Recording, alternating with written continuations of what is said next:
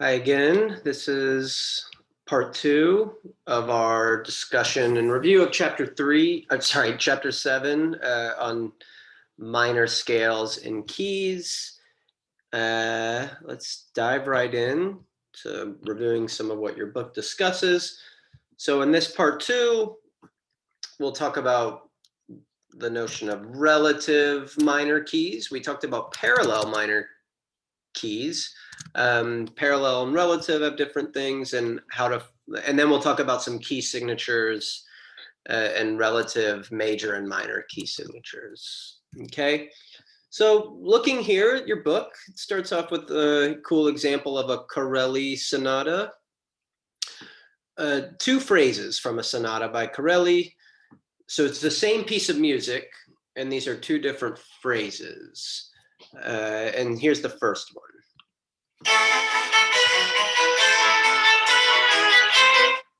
Okay, so that if we're looking just at that top line, here's a kind of on the guitar, something like that. So we're in a minorish key. This first couple or first three pitches, 1 1 2 2 3. This is flat 3, right? A. Remember, flat 3 just means relative to A major, to the major key, right? So A major would be A, B, C sharp, but A minor is A, B, C natural, right? So.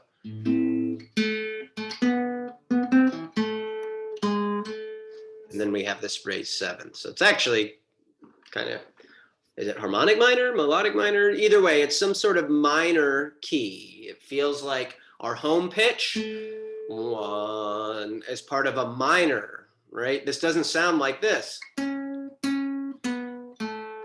No, it's more brooding, right? Okay, now here's the second, a second phrase from the same piece, just a few measures later.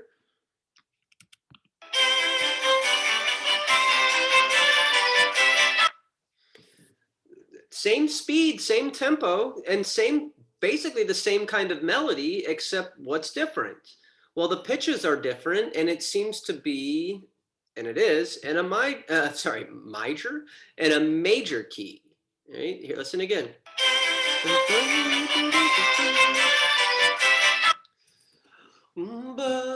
This first note, C, C, C, D, T, E. It's a little high for me. But now it seems like we're not in A minor. It feels like we're solidly in C major. 1 1 2 2 3. Right? Similar melody, even, right? But here's the first one. A minor. Here's the second phrase.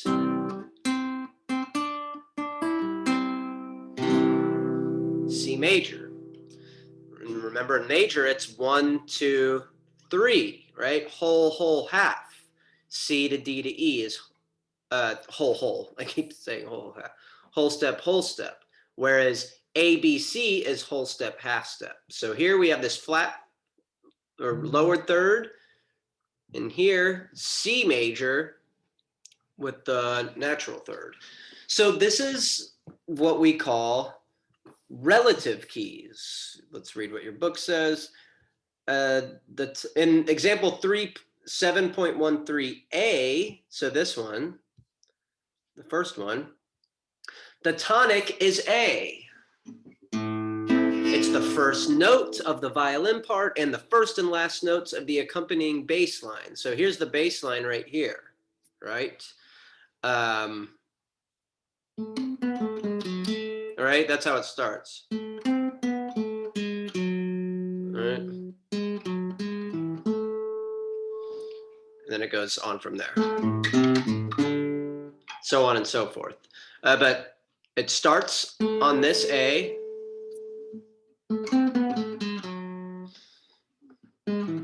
Right, that's the whole phrase. You might as well play that. So here's how the bass line starts.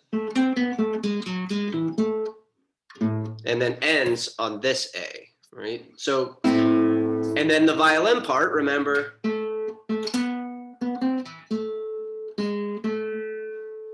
so clearly A is the most important note of this, or, this is the tonic. This is the home pitch of this example.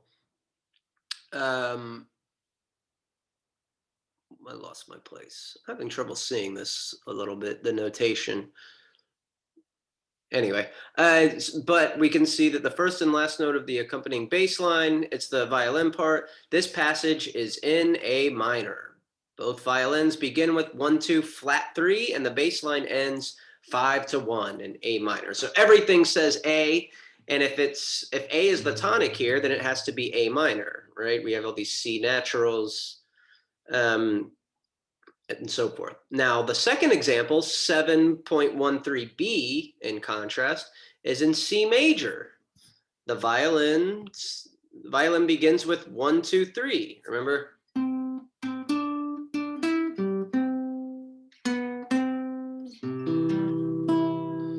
The bass line down here, all right.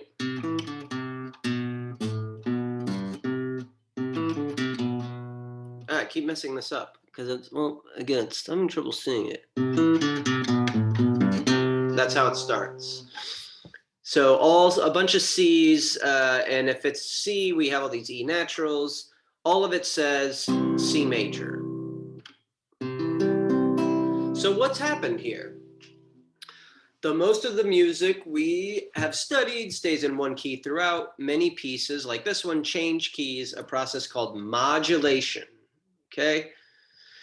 But in this case, the change in keys, the modulation to a different key, is not a change in accidentals. It's not a change in key signature, right? Notice how this melody, in the second example, this piece, the key signature, there's no accidentals and no flats. In this one up here, there's no accidentals and no flats, no sharps, no flats, no accidentals at all. We know that is C major, the key of C major, but it also is the key of C minor. A minor. So A minor, this first one, right?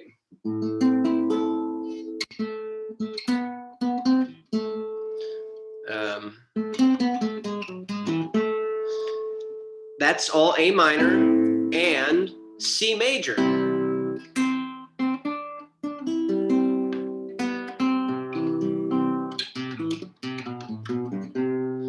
That those two keys, C major and A minor, share the same key signature. And when keys share the same signature, but different tonics, right? A minor, C major, so the tonic is A and A minor, C and C major, they are called relative keys. Remember, that's different, or that's distinct from parallel keys. Parallel keys share the same tonic, but different key signatures. Relative keys share the same key signature, but different tonics. Again, parallel keys, let's take this. So this first bit, all right, in A minor. That's an A minor. If we wanted to play that in a parallel key, what's the parallel key to A minor? A major. So then we could take, the tonic stays the same, right? This is the note A. We could instead go,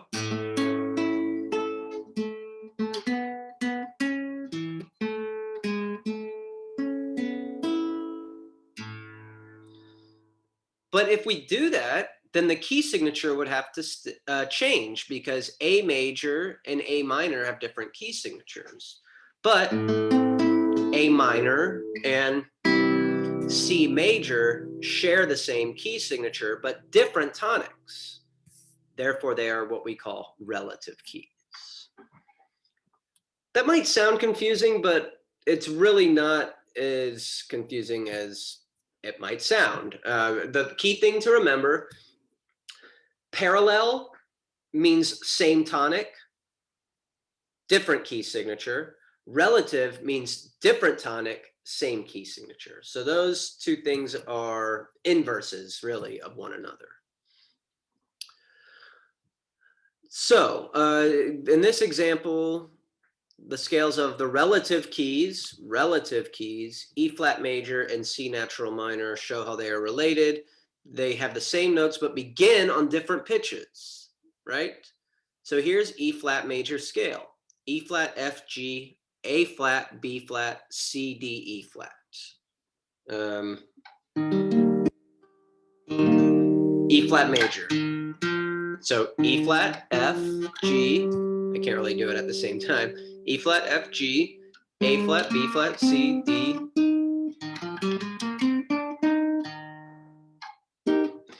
Here's C natural minor. So I'm going to start on C. C, D, E flat, F, G, A flat, B flat, C.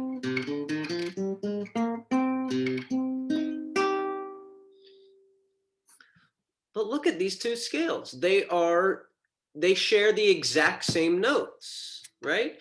All we have to do, if we take this E flat major scale, take the C, or basically just respell this E flat major scale, but start on C and spell it from C to C. We still share this E flat, A flat, B flat. So every major scale has its relative minor scale, and every minor scale its relative major scale. It's all a matter of which pitches you emphasize. And isn't that cool? That the same exact scale can sound entirely different just based on context. This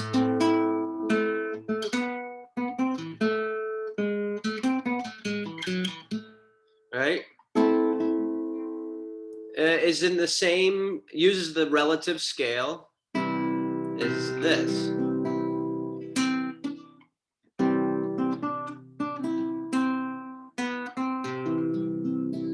Now, there's a bit of a caveat here because that first A minor example does make use of G sharps and F sharps to emphasize its minorness, but nonetheless, they share the same key signature.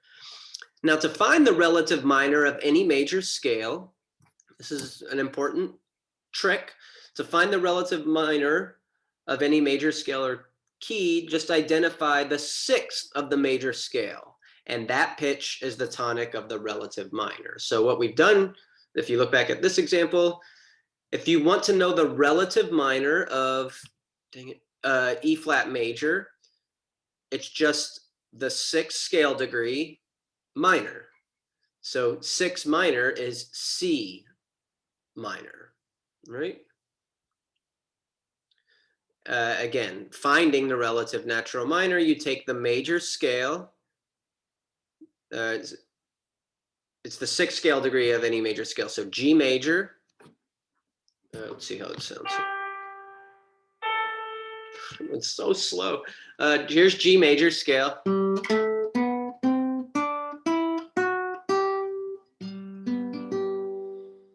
So if we want to know the relative minor of G major, we just need to find the sixth scale degree. So G, A, B, C, D, that's 5, 6 is E. So the relative minor of G major is E minor.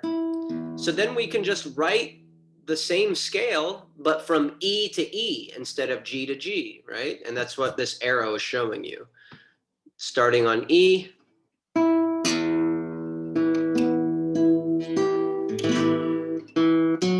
One, two, three. So E, F sharp, G, A, B, C, D, E.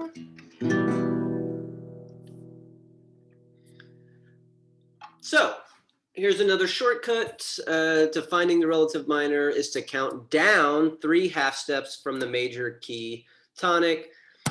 That's fine, just remember that it has to be 3 half steps and they have to be, and you're changing 3 letters. You're going down 3 letters and 3 half steps, okay?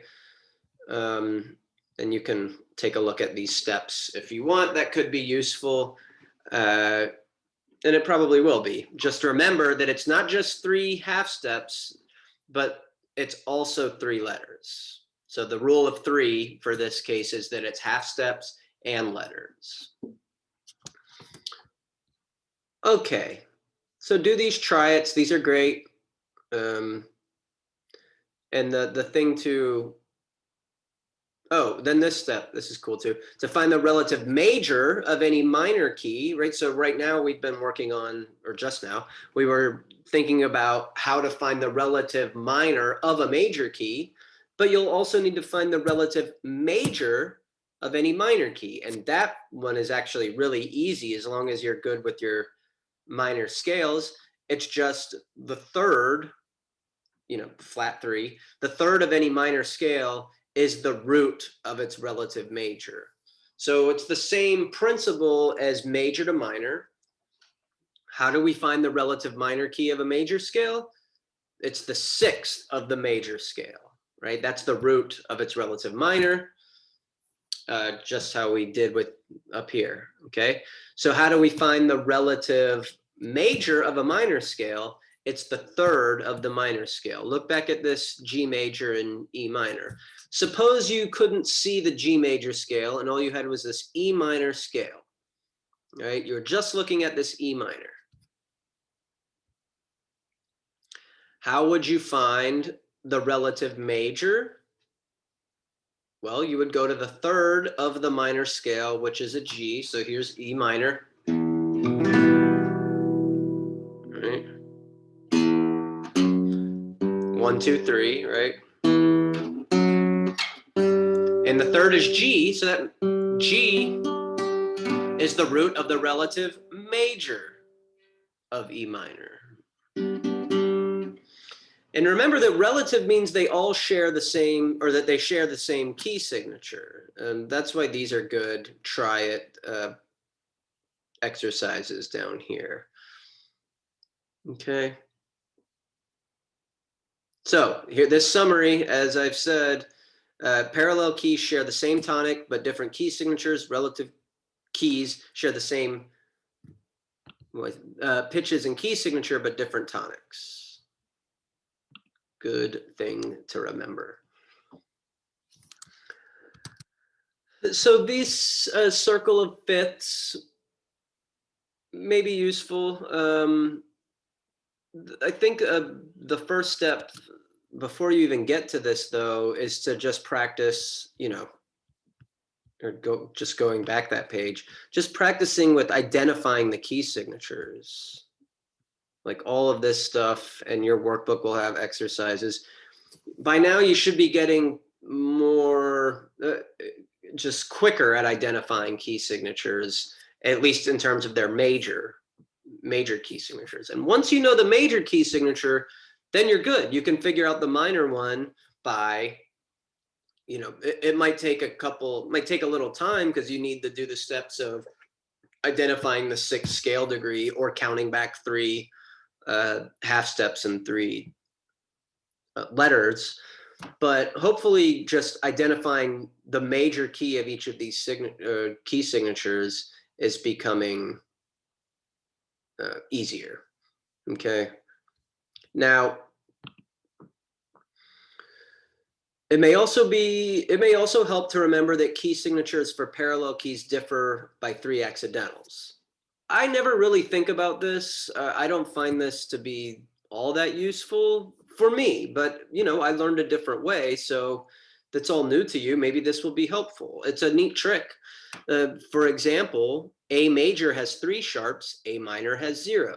B major has 5 sharps, so you take away 3, B minor has 2. And then what if, and in this case, D major has 2 sharps, so D minor has 1 flat. You take you have the rule of three, but because there's only two sharps, think of flats as like negative, right? Two goes down to zero, but you still have one left over, so it's one flat. Think of C major. C major has how many sharps and flats in its key signature? None, right? So that means that you take away, -3 would be 3 flats. So C minor will have 3 flats. And what this page could be useful just as something to bookmark, page 169, and keep coming back to. But I always worry that these little graphs become a crutch. You want to be able to identify these things quickly. So you need to know what these key signatures are, but you do see some relationships here that might be useful, right? Do these triads. These are great. More harmonic minors, building minor scales, and knowing what their relative major key signatures are. Okay, that's great practice. Lastly, this is just a matter of practicing with scores, but I want to identify some caveats here that I think your book really overlooks. So trying to figure out the key from a score can be a little tricky. Why? Because maybe it has the same, well, not maybe, because key signatures give you information, but it's only going to go so far as to narrow things down to 2 keys, right? One major and one minor. For example, that Corelli piece that started this video and that starts this whole concept of relative keys, we interpret it either as in C major or A minor, right? But in one moment it's in C major, in another moment it's in A minor, but it has the same key signature. So how do we know which key a piece of music is just by looking at the score or listening to it and looking at the score? It's really just a matter of emphasis and math in the sense that which note do you see cropping up the most, which patterns, and right here. So scale degrees, when we see 3-2-1 a lot and 5-1, especially in the bass, that's a good hint at what key the piece is in. But that really goes, so you should practice that. And in fact, in all music, 3-2-1 and 7-1, I'll throw that one in there too, give you a lot of information into what key something is in. And whenever you're listening to music, you should practice just singing what you think the tonic is in anything. Just singing where you think home base is fun to practice. And if you can do that, then you can start singing 3-2-1, right?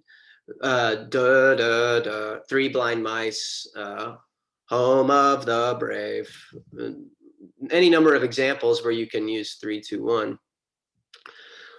But your book, I think, takes this too far for what the music we listen to. And what I mean by that is that, sure, in classical music, these practices, 3-2-1, 5-1, and these patterns give us a lot of intel, right, to determine the key of a piece.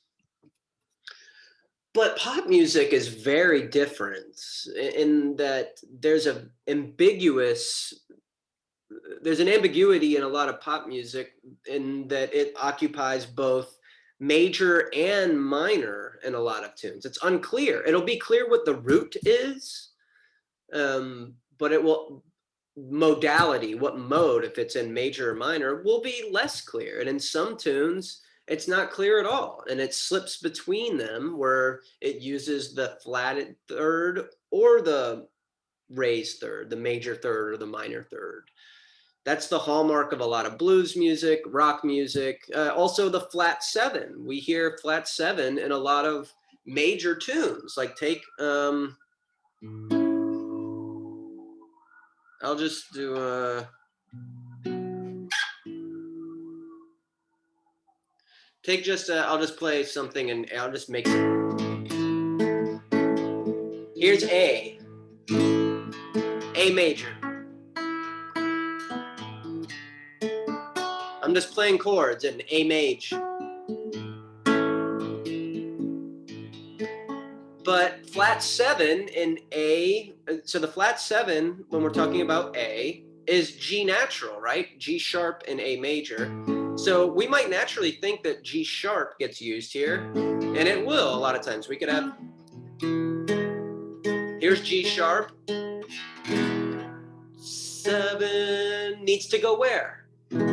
7, 1. But in pop music, we often get something more like,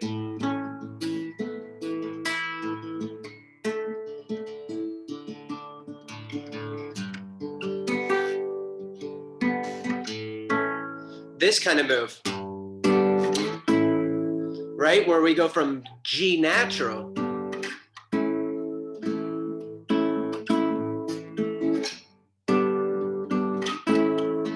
right? Flat 7.